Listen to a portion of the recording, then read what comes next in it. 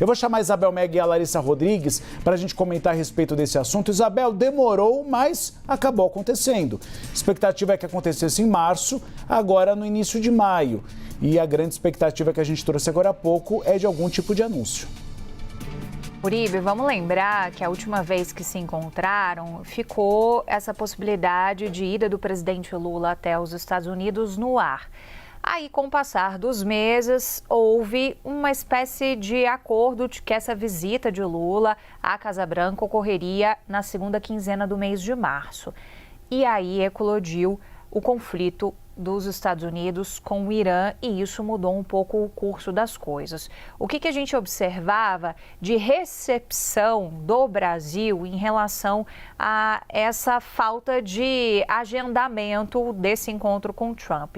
Até uma sensação de alívio, porque naquele momento Trump olhava para um outro ponto, no momento em que o Brasil, de certa forma, já tinha conseguido aquilo que precisava dos Estados Unidos, que era a revogação do tarifaço, e na medida em que o Brasil podia mais confortavelmente colocar suas posições que são irremediáveis a respeito do que pensa sobre o conflito entre Irã e Estados Unidos. Então, por diversas vezes, o próprio presidente Lula, quando questionado sobre o conflito com o Irã, não poupou críticas à atuação dos Estados Unidos. Então, naquele momento, se via com um certo alívio, porque você não tinha o risco de atrelar a imagem de Lula à imagem de Trump e correr o risco de que acontecesse algum tipo de saia justa. E assim foi se levando em banho-maria, o que as fontes vinham pontuando até então, que aguardavam a sinalização da Casa Branca.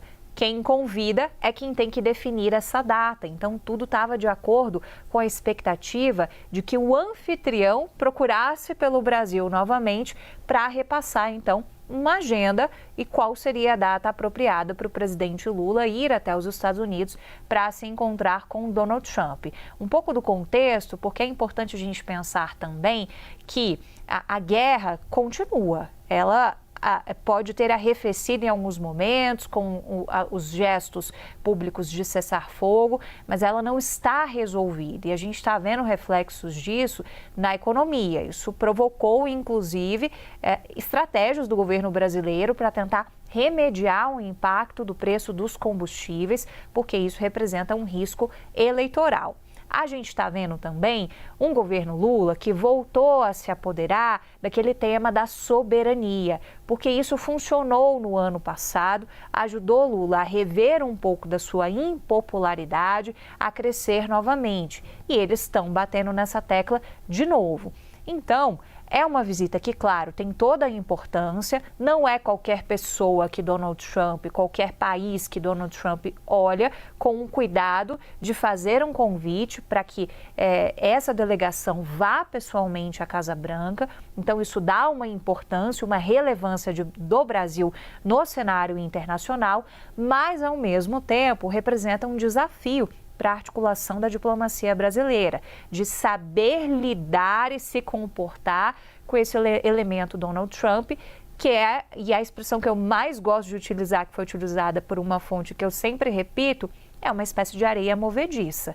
O Trump, ele representa um desafio para a articulação política, para a articulação da diplomacia, porque é um terreno muito incerto de se pisar. E tem um outro ponto, que é um ponto que está em altas camadas de discussão aqui no Brasil, que é o tema justamente dos minerais críticos. A gente sabe o quanto isso é importante para os Estados Unidos, o quanto isso tem também uma busca por diversificação em relação ao cenário da China, e é por isso que os Estados Unidos olham para nós aqui no Brasil com mais carinho também, e o quanto essas discussões têm se desenhado aqui no Brasil, a ponto de até nisso a gente ter uma espécie de espectro da polarização política. Por exemplo, o então governador de Goiás, agora não mais, mas pré-candidato à presidência da República, Ronaldo Caiado, no fechar ali das cortinas do governo dele, ele foi traçando acordos com os Estados Unidos sobre as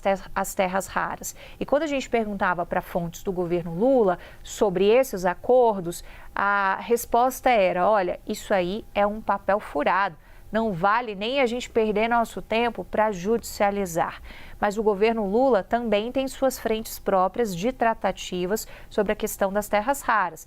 Tanto que a gente tem uma divergência de pensamento. A gente tem uma ala do PT que defende uma criação de uma estatal para lidar com a questão das terras raras, e a gente tem no discurso do governo um discurso um pouco diferente, afastando um pouco a possibilidade de necessidade de ter uma estatal para gerir isso. Então são assuntos que estão pairando no ar e que estão permeando essa visita. A questão das terras raras e também os riscos e desafios eleitorais que essa visita de Lula pode representar nesse momento do ano que a gente já está se aproximando das eleições.